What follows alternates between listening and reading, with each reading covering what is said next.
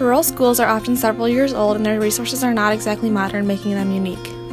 Some common operational issues in rural schools include inadequate building features, need for improvement in energy efficiency, and unsatisfactory environmental conditions.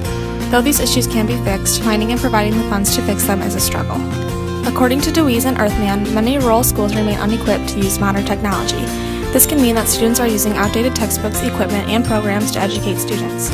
It is important that students receive the most up-to-date information in order to succeed in their future endeavors. In rural schools, low-incidence disabilities such as autism and severe retardation are tough to address due to funds.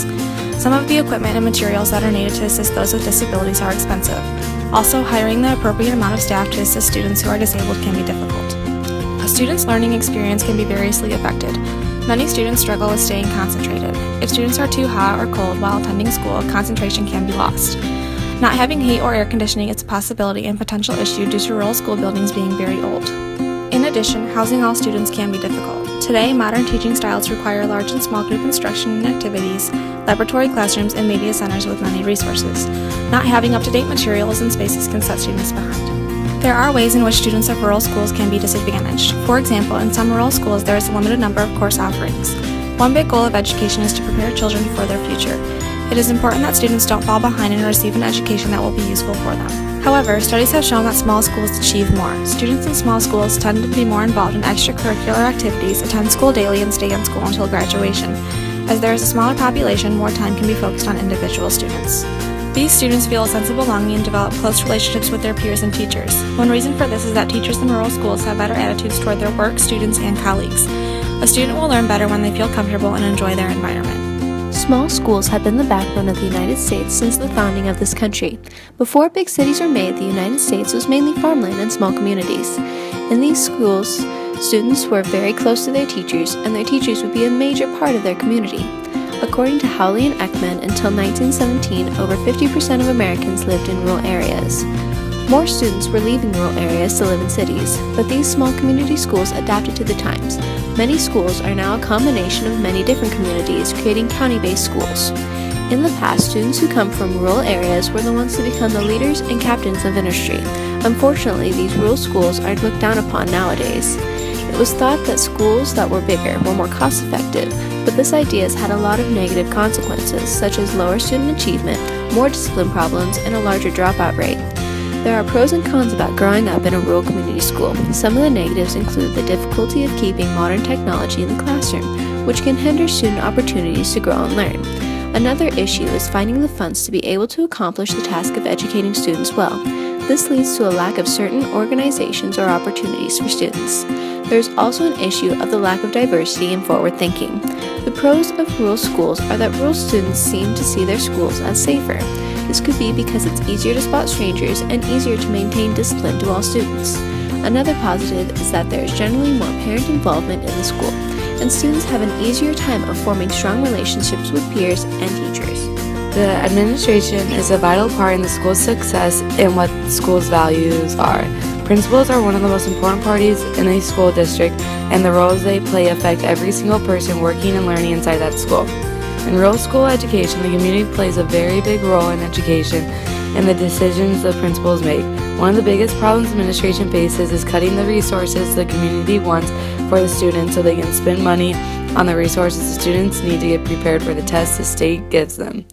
This means that principals have to make choices that not everyone agrees on, which causes a lot of controversy in small towns. The administration also has a hard time finding teachers to come to their areas. As Smerek states, administrators reached out to local colleges of education to encourage graduates to consider rural SIG schools, but they were generally only able to recruit interns. This shows that administrators have to work extremely hard in rural areas to recruit teachers with good education to bring to the school districts. They need to find potential candidates that will teach the students correctly. As community is a big part in rural town, it also plays a big role in the education system.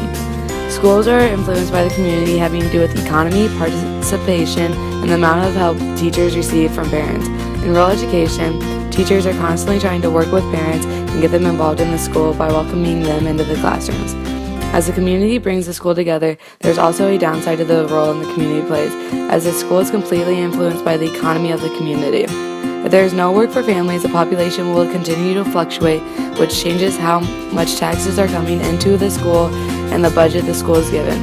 Rural communities suffer with poverty, which influences the type of quality education the students are going to get and the technology they can use.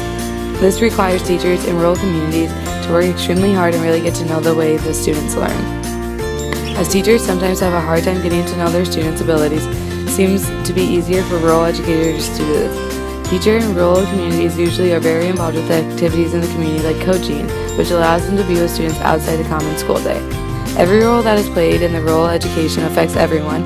Rural education needs to have everyone working together to acquire the best education possible for students in small areas.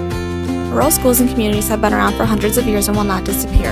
A long-time issue is teacher recruitment and retention. Teachers in rural communities tend to lack personal privacy, receive low wages, and face social and cultural isolation. It is difficult for principals of rural schools to find highly qualified teachers. Better opportunities, higher wages, and more privacy in larger schools and communities lure teachers away. A second issue is keeping up with technological advances. New technologies are introduced into education every year. Due to low funds, it is difficult for rural schools to keep up with these advances.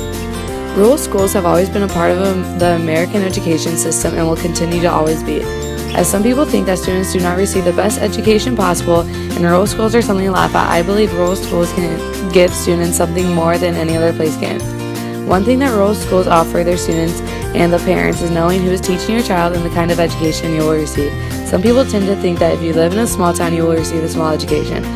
I do believe that this statement is false. Living in a small community allows you to know the teachers on a personal level and always know what to expect. This encourages teachers to try harder and make everyone happy. As the teachers know their students better, this also encourages students to get more involved in clubs and activities that their teachers are a part of. Rural schools have small school settings with a very small enrollment rate compared to the city schools, which gives rural students an opportunity to do multiple things inside the school instead of having just enough time to do one club. While rural schools allow students to get more involved, it also allows the community to get involved within the school too. By being in such a small area, you can feel school camaraderie wherever you go. This really gets the students excited about what they are participating in, whether it be the science club or the volleyball team. All of this affects how the students perform within the classroom and work towards good grades. As the community is involved, it makes the schools seem safer. As students are riding the bus to school in the country, it makes them feel a lot safer compared to if they were in the city streets walking to school. As I previously attended a rural school, I can say I always felt safe and never had to be scared of anything. Rural schools are great for students to really get to know their teachers and to really find out what they like and dislike. They get to explore many opportunities while feeling safe at the same time. Rural education is something that sometimes gets a bad name but can bring students a bright future.